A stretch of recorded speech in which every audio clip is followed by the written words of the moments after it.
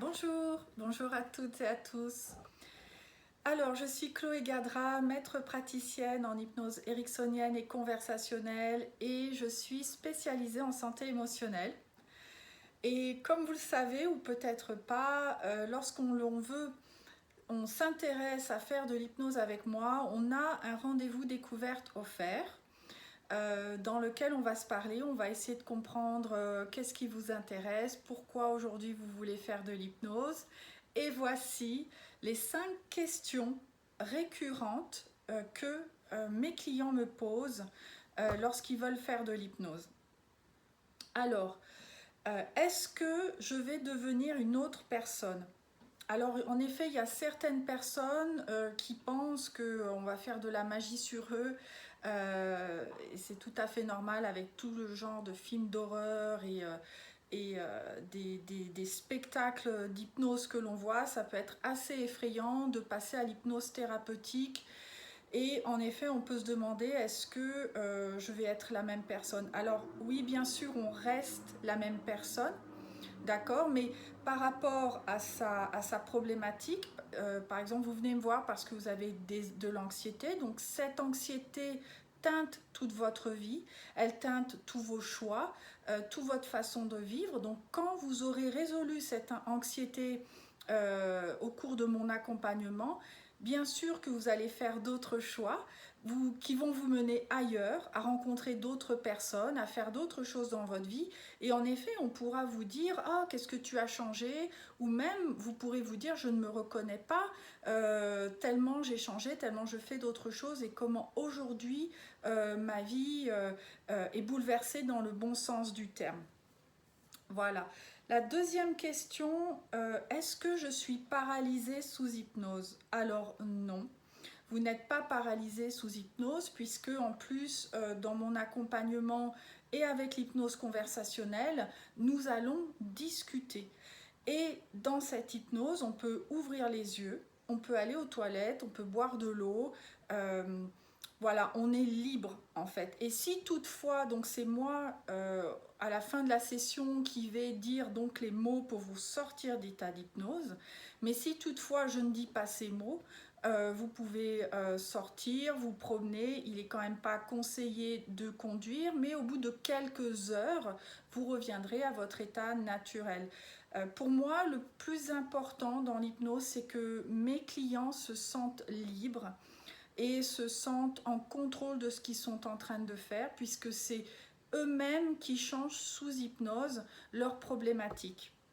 Moi, je les accompagne, je les mets donc dans un univers onirique, métaphorique, qui est l'essence même de l'hypnose ericksonienne. Alors, la troisième question. Est-ce que mon problème est résolu après une séance? Alors, pas forcément. Si je vous propose 3 séances, c'est parce que je sais qu'il y aura un avant-après fulgurant entre la première et la troisième séance. La première séance, vous vous sentez tellement différent, vous avez pu voir tellement de choses que vous pouvez penser peut-être que c'est bon, là c'est terminé. Toutefois, la première séance, c'est simplement pour un peu, si vous imaginez un jardin, on va débroussailler le jardin. Okay, on va l'améliorer, on va y voir plus clair. Mais la deuxième séance, c'est là où on va commencer à peut-être planter des fleurs, peut-être planter un arbre, voilà, à y apporter d'autres modifications qui vont encore l'embellir. Et la troisième séance, c'est là où vous mettez le barbecue, la piscine, les transats, et vous pouvez vraiment profiter de votre jardin. Voilà un peu ce que je pense. Il faut bien comprendre que je suis là pour vous accompagner et vous soutenir. C'est pour ça qu'on fait un bilan après chaque séance. N'abandonnez pas, même si ça vous semble compliqué, même si vous avez l'air perdu, vous vous semblez perdu, que c'est beaucoup de remue-ménage en vous, n'abandonnez pas, ne vous abandonnez pas au moment même où vous pouvez tout changer. Voilà, c'est pour ça que je fais ce bilan, c'est pour qu'on puisse en parler, c'est pour que vous puissiez vous m'appelez pour me dire là ça va pas, là je comprends pas, ou là c'est super, ça m'a bouleversé, j'accepte, j'atteins enfin le début des choses, les débuts des changements que je veux voir dans ma vie. Ne vous abandonnez pas après la première séance, c'est vraiment dommage. Il faut vraiment vivre ces 3 séances pour faire un avant-après. Est-ce que je peux devenir... Qu'est-ce que j'ai écrit?